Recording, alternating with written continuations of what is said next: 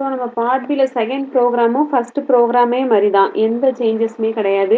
இதில் வந்து ஸ்டூடெண்ட்டோட டீட்டெயில்ஸை நான் வந்து எக்ஸ்எம்எல் ஃபைலில் ஸ்டோர் பண்ணி வைக்க போகிறேன். அதை வந்து டேட்டா கேட் வியூவில் டிஸ்பிளே பண்ண போகிறோம். அதே ஆனால் கோடிங் மட்டும் கொஞ்சம் வித்தியாசமாக மாறும். அதில் நான் எக்ஸ்எம்எல் டேட்டா டாக்குமெண்ட் அப்படின்ற கிளாஸ் யூஸ் பண்ணியிருப்பேன். இங்கே டேட்டா செட்டை யூஸ் பண்ணி என்ன செஞ்சுருக்கேன், நான் வந்து ரிட்ரைவ் பண்ணியிருக்கேன். சரியா? ஸோ இதில் நீங்கள் வந்து கேர்ஃபுல்லாக பார்க்கக்கூடியது இந்த பாத் தான். இந்த பாத் எதை மென்ஷன் பண்ணுதுன்னா, நான் உனக்கு எக்ஸ்எம்எல் ஃபைல் ஒரு இடத்துல சேவ் பண்ணணும்னு சொல்லி கொடுத்தேன் தெரியுமா, அந்த பாத்தை அப்படியே காப்பி பண்ணி இங்கே வந்து பேஸ்ட் பண்ணிடும். சரியா?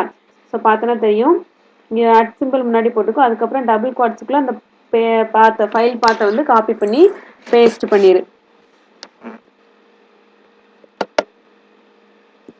அப்படி இல்லை அப்படின்னா நீ வந்து இதை சேவ் பண்ணுவல பின்னுக்குள்ளே வந்து இப்போ பின்னுக்குள்ளே தான் இதை சேவ் பண்ணியிருப்பேன் பாரு.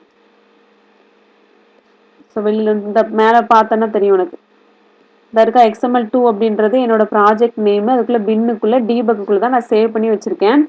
சப்போஸ் உனக்கு அந்த பாத்தை வந்து என்ன பண்ணால் காப்பி ஃபுல், இது இந்த நேமில் அந்த டேபில் ரைட் கிளிக் பண்ணிவிட்டு காப்பி ஃபுல் பாத்துன்னு கொடுத்து நீ என்ன செஞ்சிடலாம், அந்த கோடிங்கில் போய் அப்படியே பேஸ்ட் பண்ணிடலாம். ஒரு டபுள் குவாட்ஸ் மட்டும் போட்டுக்கோ.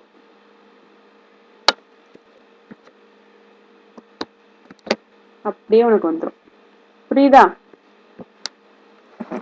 தென் இந்த இடத்துலையும் அதே மாதிரி தான், டேட்டா மெம்பர் இந்த இடத்துலையும் இந்த இடத்துல என்ன கொடுத்துருக்க மாதிரி சப் பேரண்ட் டேக். எனக்கு அந்த ஸ்டூடெண்ட் 1 அப்படின்றது மெயின் பேரண்ட் டேக், இது சப் பேரண்ட் டேக். சரியா?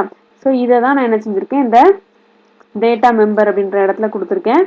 ஸோ அதனால் எனக்கு அவுட்புட் வந்து வந்துடும்.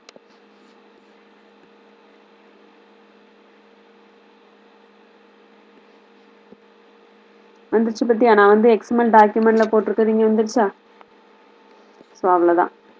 இதான் பார்ட் பியில் செகண்ட் ப்ரோக்ராம்க்கான அவுட்புட். தேங்க்யூ.